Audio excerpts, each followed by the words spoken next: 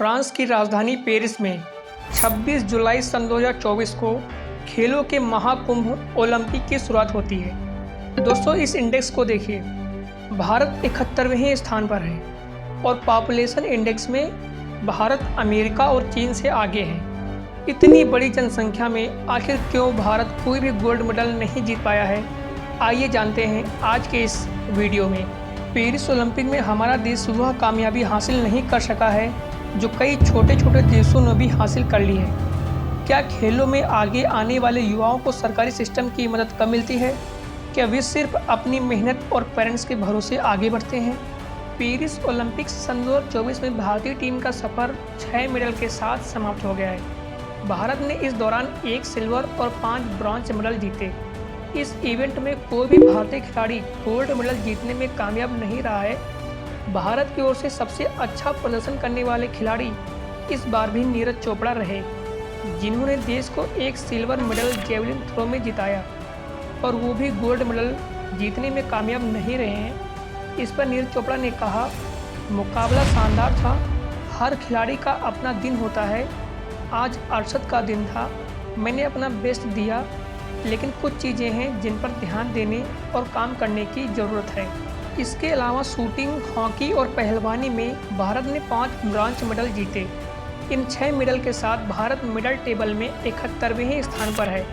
Tokyo Olympic के मुकाबले यह भारत का निराशाजनक प्रदर्शन रहा है। पिछली बार भारत ने 7 मेडल जीते थे, जिसमें नीरज चोपड़ा का 1 गोल्ड मेडल शामिल था। ओलंपिक की मेडल टेबल में भारत 48वें पायदान पर रहा था। भारत टोक्यो ओलंपिक के पिछले 7 पदकों के आंकड़े को भी पार नहीं कर पाया। नीरज चोपड़ा के बाद गोल्ड मेडल की उम्मीद सबसे बड़ी विनेश फोगाट से थी, जिन्होंने शुरुआती राउंड में दुनिया की नंबर 1 और मौजूदा चैंपियन यूई सोसाकी को हराकर हलचल मचा दी थी। सेमीफाइनल में यूक्रेन के पहलवान को हराकर फाइनल में जगह बनाई थी। वह पहली भारतीय महिला पहलवान बनी थी जिन्होंने रेसलिंग के फाइनल में जगह बनाई थी।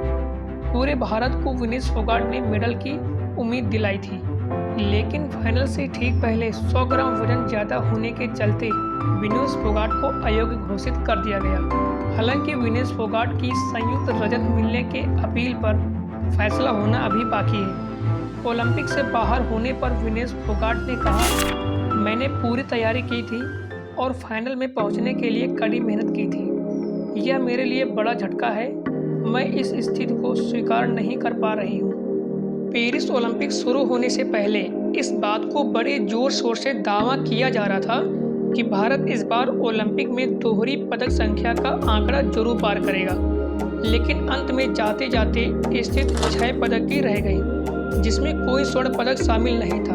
स्वर्ण की सबसे बड़ी उम्मीद भाला फेंक एथलीट नीरज चोपड़ा पर थी, पर वो भी नहीं जीत पाए। भारत के हिस्से 5 कांस्य पदक आए, जिसमें 2 निशानेबाज मनु भाकर ने दिलाए। भारत पदक तालिका में 6 पदकों के साथ 71वें स्थान पर रहा। पेरिस ओलंपिक में 16 खेलों में कुल 117 भारतीय एथलीटों ने भाग लिया, जिसमें तीरंदाजी, एथलेटिक्स, बैडमिंटन, मुक्केबाजी, घुड़सवारी, गोल्फ, हॉकी, जूडो, रोइंग, नौकायान, शूटिंग, तैराकी, कुश्ती, टेबल टेनिस और टेनिस।